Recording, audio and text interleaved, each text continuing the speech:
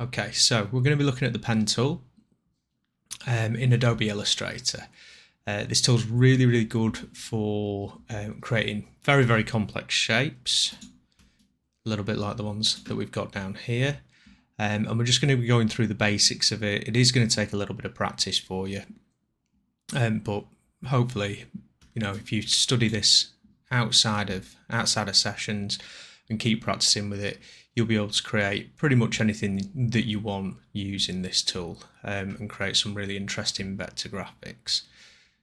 So very quickly, we'll just have a look at the first page over here, and you've got some of the icons that you can expect to see because it is quite a complex tool.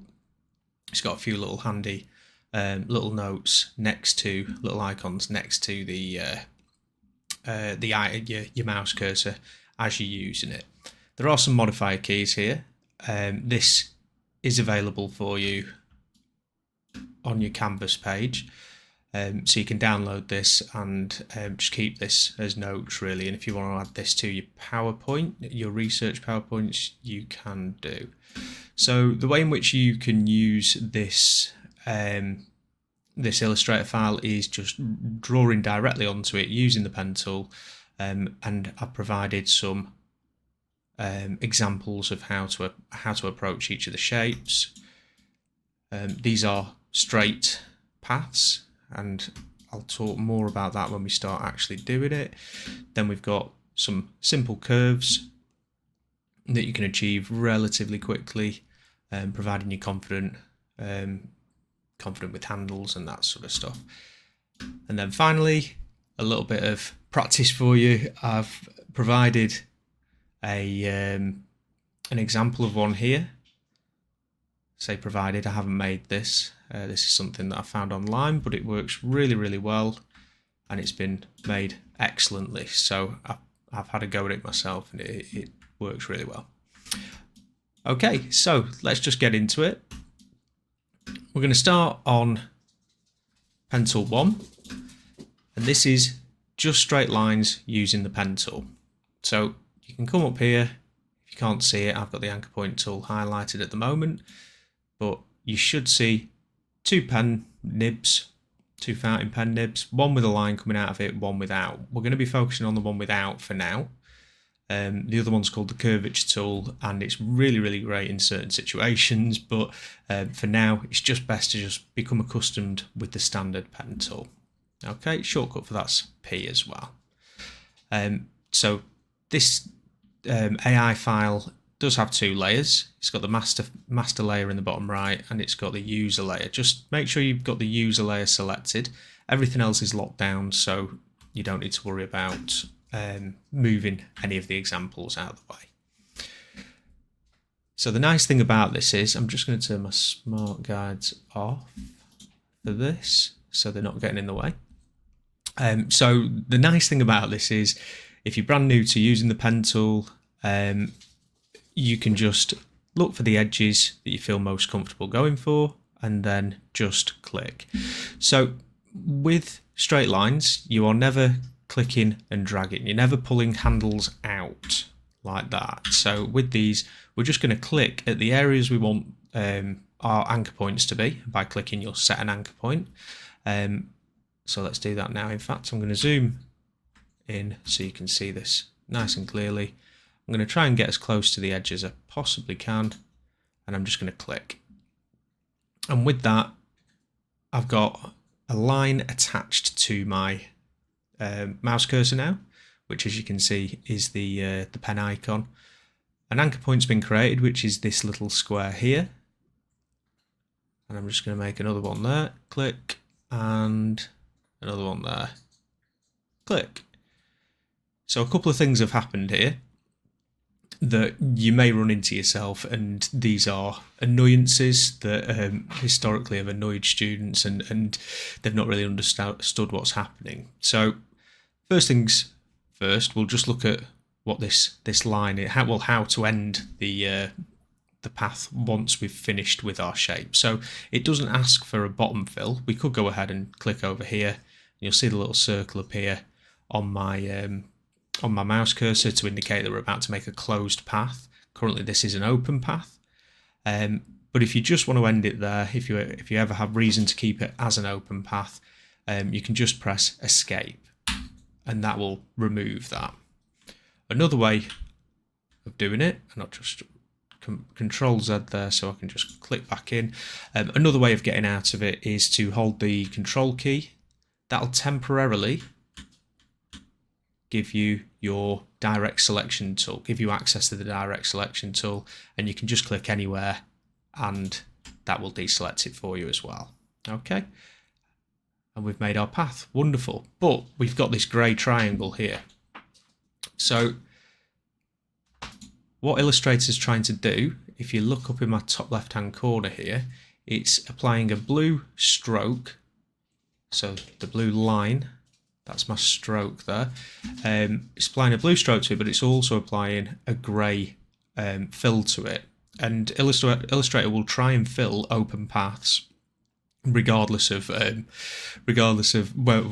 it can fill it appropriately or not.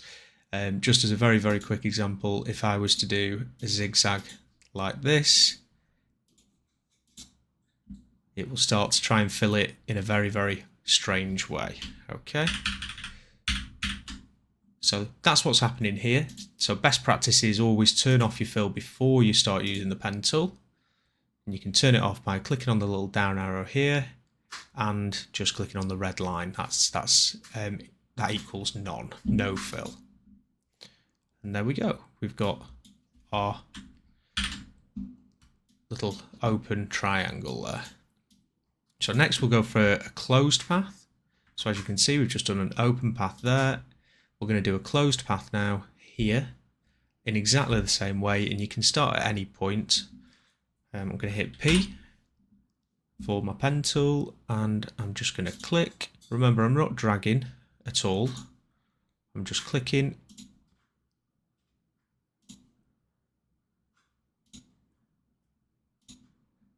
And in fact, I'll just take a step back very quickly there with Control Z, and you can see the circles there, and if I click there, that is registering with Illustrator that we're making a closed path. And there we go. There is our finalized shape, which is good. And then finally, with straight lines, with the pen tool, we're going to have a go at holding Shift. So Shift, if you look at the initial first page, constrains the angle of your path at 45-degree increments. Now you can change that value if you want. I've not had reason to before, but you may find that you need to. In fact, I'm going to start down at the bottom here. So I'm going to click, and because this is straight up, we can hold Shift already, and you'll notice that, I could just go straight up there actually. So because this shape is a right angled triangle, it's got that 45-degree angle here. So this is me holding Shift. If I was to release Shift, it would give me free rein in between those two areas. When I hold Shift, it will just snap to either side. So I'll bring that right up there, click, hold Shift again, because it's a straight line on the horizontal, and then come down here, find the circle, and I'm still holding Shift and click. And then I'm going to press V just so I can move this out, and as you can see, we've recreated that triangle perfectly there. Remember to save. I've already got about 15 copies of this, so I'm not going to save myself this time, but yeah, remember to save just so you've got examples that you've made if you should return to this. Okay, so with this one, we're going to enter into curves. So you can do this a couple of ways. I'm going to show you the most basic, easy ways of doing it to start off with. And that is, for this, we're going to, if we refer to up here, we're just going to drag a handle out here, which is on the up, and then it's going to come across, and then we're going to just drag a handle down, and we're going to have two handles, a little bit like here, for this version of it. And with that, we should create something that looks exactly like this, this half circle. So I'm going to click and I'm going to hold and bring it up to the dotted line, bring my handle to the dotted line. So I was clicking and dragging, and I was holding shift, sorry, probably should have mentioned that. Holding shift, and it's giving us some curvature to our next path now. It's no longer a straight line. I'm going to come over to this side here, and I'm going to click and hold. Shift, sorry, I'm going to click and hold and drag whilst holding shift to make sure it's going exactly vertical. If I bring my other handle up to that dotted line, then we have successfully made that shape. So I can hit escape here or hold control and just click, and we've made that half circle, which is, ooh, come here, there we go. Excellent. So we can have a look at our handles here. This handle's currently doing nothing. We could hold shift and just drag that up. It's not going to affect it whatsoever. Same with this one as well. Ooh. And there we go. So the continuous curve is very, very much the same as the one we've just done. I'm going to hit P and I'm going to drag up whilst holding shift to make sure it's completely vertical like that. I'm going to come over to the middle and I'm going to click, drag whilst holding shift until I get a shape that I'm happy with. And then I'm just going to continue on here and go to this one, click, drag, hold shift and drag up. Hold control, click anywhere to deselect, and we've made that curve. And so finally we've got the 45-degree curve, and this is showing that you can have, you don't just have to have curves that go in one direction using two anchor points. You can actually have something that looks a bit like a radio wave, I suppose, and there are uses for that, and when we get to the squirrel I'll show you a little bit about that. So what we're going to do here is, again, exactly the same as what we've just done, but we're going to click and we're going to drag and hold shift, and that's going to make it go vertical. If I pull it over here slightly, that's going to make it go at that 45-degree angle, and just come up to the top there as best you can. And then we're not going to go in the middle here or anything like that. We're going straight to the end, and we're going to click and drag in the same direction whilst holding shift.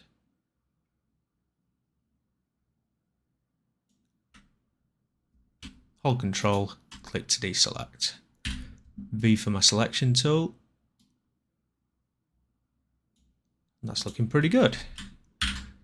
So you can create some really complex shapes, and you'll notice with all of these, if I just hide my master layer, there's no kinks in these lines, there's no anomalies or anything like that. They're all very, very clean, very crisp lines, which is the whole reason why we're working in vector imaging software anyway.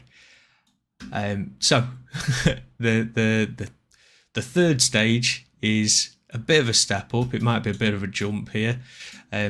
If you don't feel confident to go for the squirrel straight away, I seem to think that this lamb or sheep seems to be, I wouldn't say the easiest, but it's got the most suggested curves on it, so you should be able to kind of see where you're going with it. The nice thing about the squirrel is, like I say, I found this good example online that shows you where your handles should be, you know, as with these ones as well, the ones we've just done. And if you can try and mimic what you've got here as best you can, you should wind up with something that looks extremely similar to the silhouette that we've already got. Now we're going to be using two of the modifiers here. Might even use the shift. We've used shift already, but we've not really used control or alt, and they do similar things on face value, they give you quick access to a different tool in your toolbar on the left hand side here. So by holding control, it's going to give you quick access to the direct selection tool. Now when I say quick access, if I just press P now and I've got my pen tool, if I hold control and I've got my finger held down on the control key, I am now using my quick selection tool. As soon as I release control, it's going to go back to whatever I was doing initially. And the same can be said with Alt, with the anchor point tool, which is hidden inside of the pen tool here, the anchor point tool. So if I hold the Alt key, it's going to give me my anchor point tool. Okay. So very quickly, what both of these tools, why would we need quick access to these two tools?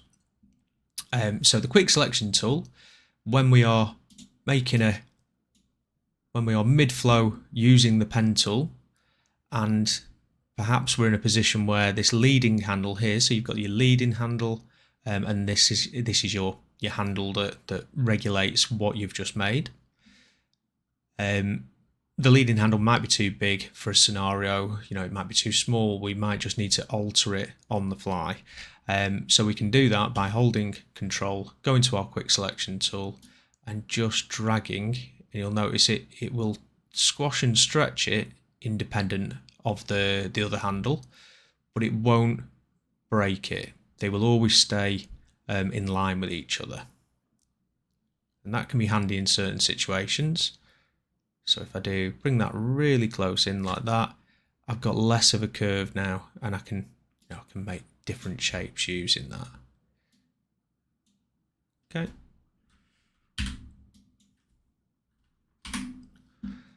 So with the anchor point tool, as I said, face value, it is very similar. When I hold Alt, it gives me that quick access to that tool. The difference with the anchor point tool is if I go to get this leading handle now, it moves completely independent of the other handle. And so let's say I wanted to bring it up here, for example. Now I'm getting a completely different shape. Again, it's not the most it's not the most professional shape in the world, but it's it allows us that free reign over the tool. So I think the best way to show these in action is obviously to start doing something like this. So I'm going to start at the top of the tail, and I'm going to work my way down here, come back up here, and just go around the paws and the face and then the feet, and then come all the way back up and meet myself back at the top of the tail. So in previous sessions I have shown you a different shortcut, a different way to bypass this leading handle messing up your path that you're about to make. You can go and just click, and you'll notice that a little anchor point tool appears next to your cursor when you go back to the anchor point you've just made.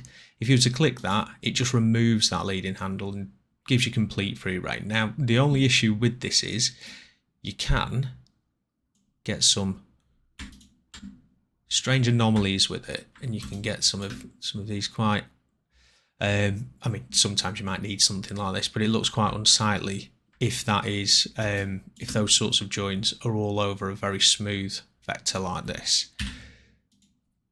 So that is a quick fix if you're unsure what to do, and you can sort them out afterwards. You can always add the handle back in and that sort of stuff, but I think best practice is to just use those two tools, the control for your direct selection tool and your Alt for your anchor point tool.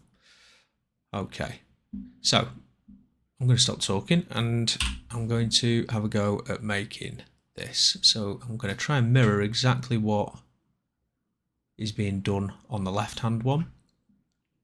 So there's an anchor point there, and then roughly an anchor point here.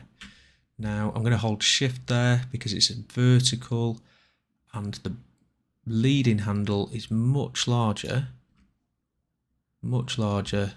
than the previous handle, but when we drag them out, they're always equal.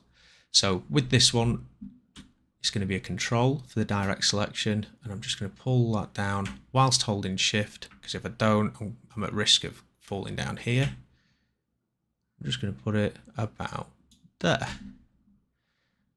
Okay, so this is one of those unique times where we're going to be able to have a go at doing a curve in one direction and then a curve in another direction using the pen tool. And again, this, if we didn't try and have a go at doing this, we are very much at risk of getting some unsightly little kinks going on down here. But this can be a bit tricky to see that you're able to do this at face value. So if you did feel more comfortable just removing that handle, clicking and getting that curve, and then clicking and getting that curve, you can always return to this middle anchor point, add a handle in or add a handle in here, and just make the adjustments afterwards as well. So it's not a one and done type of tool. You can go in and make those adjustments, and the more confident you get with vector graphics, the more confident you'll be to go in and sort out the unsightly anomalies and stuff.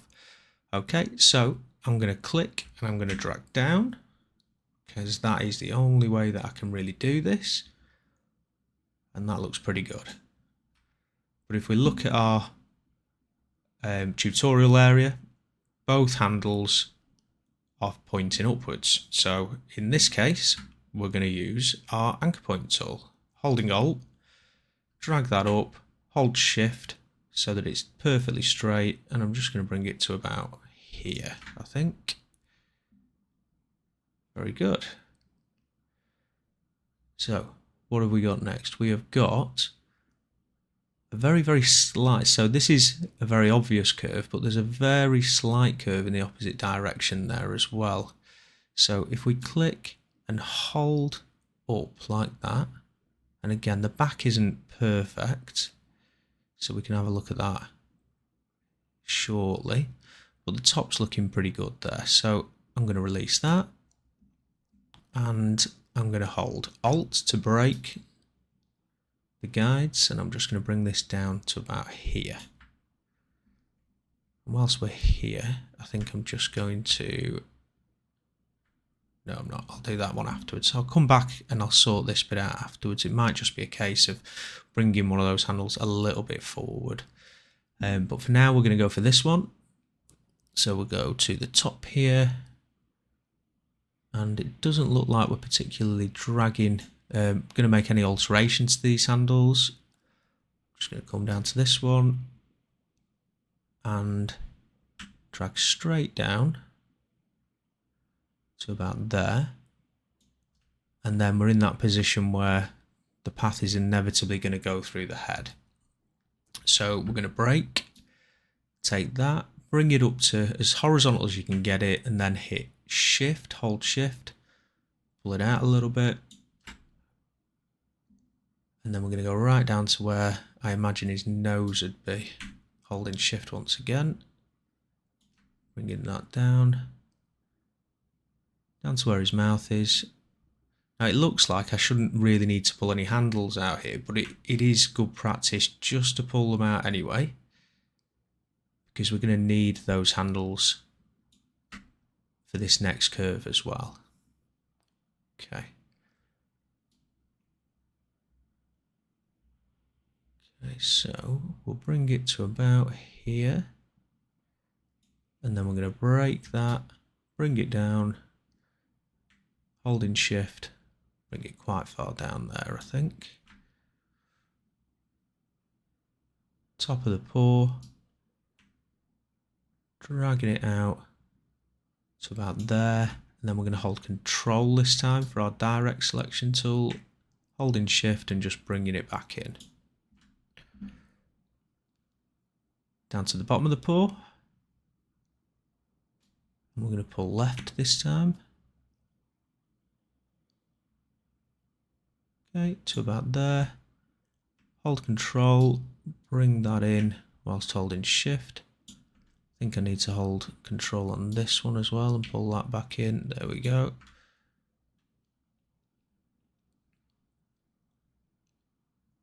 And when you get into the flow of it, you kind of can start to see where the curves are going to work, where they're not going to work, when you're going to have to make alterations to the handles. But by having both handles consistently out, as opposed to clicking and removing the handle, we're removing any risk of there being any of those bumpy bits in our graphics.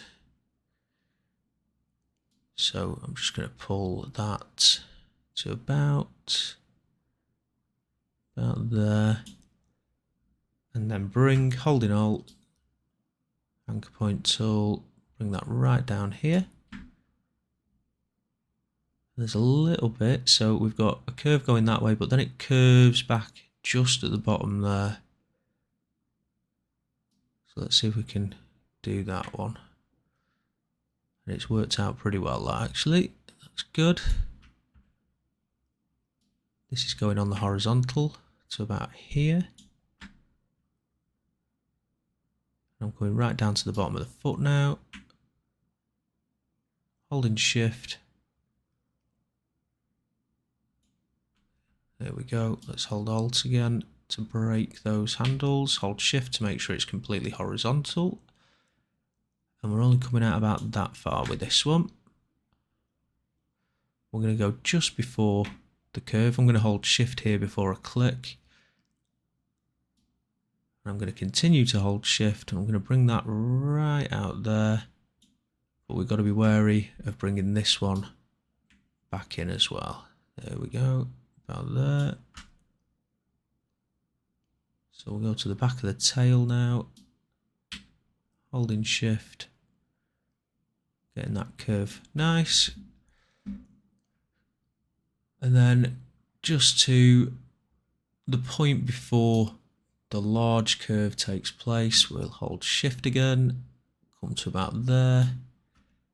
Now again, this we can see. There's a it's a tutorial, so we can see what we need to do, but just to emphasize why it's so important, if I try and bring this up,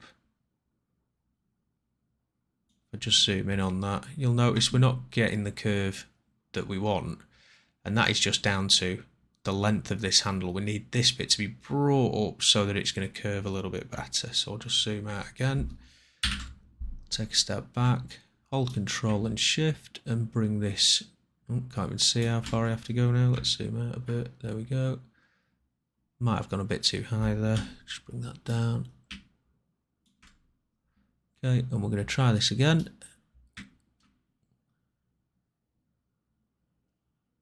And that's looking pretty good now.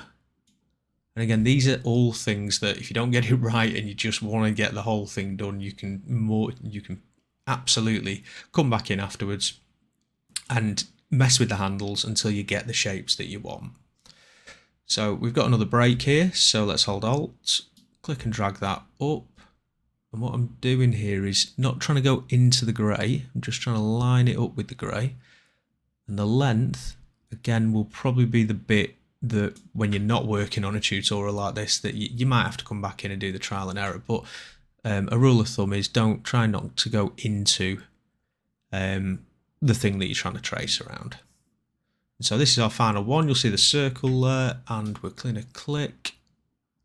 Ooh, and we're going to drag in the right direction. And we'll come to the end there. And we are pretty much done there. The only thing that I'm a bit not happy with is this section here. So let's have a little look at that. I'm going to go just straight to my direct selection tool. I'm going to click on the anchor point. That's going to bring my handles up. And we're just going to have a play with that. So again, the tutorial says that they should both be absolutely straight. Maybe I just got something a little bit wrong, because now that I'm looking here, this one's not particularly perfect as well. But you do run the risk of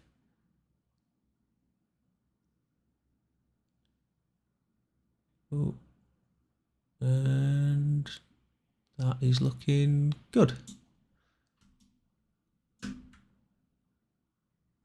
Okay, So let's deselect that. Let's just hide the back bit, and we've got a very smooth vector. There's no kinks unless we want them to be there, like the edge of the tail and here on the ear, the front of the ear and the back of the ear, but we wanted those to be that, and we specified that using our handles. So again, not sure if it's the most interesting thing in the world, me tracing all the way around there, but even if you just see how the process works, because it can be a bit daunting when you first start using the tool, just watching someone do it can be quite helpful as well. Alrighty, any questions, just ask during sessions and have a go. This is yours to keep. Alright, thank you very much. Bye bye.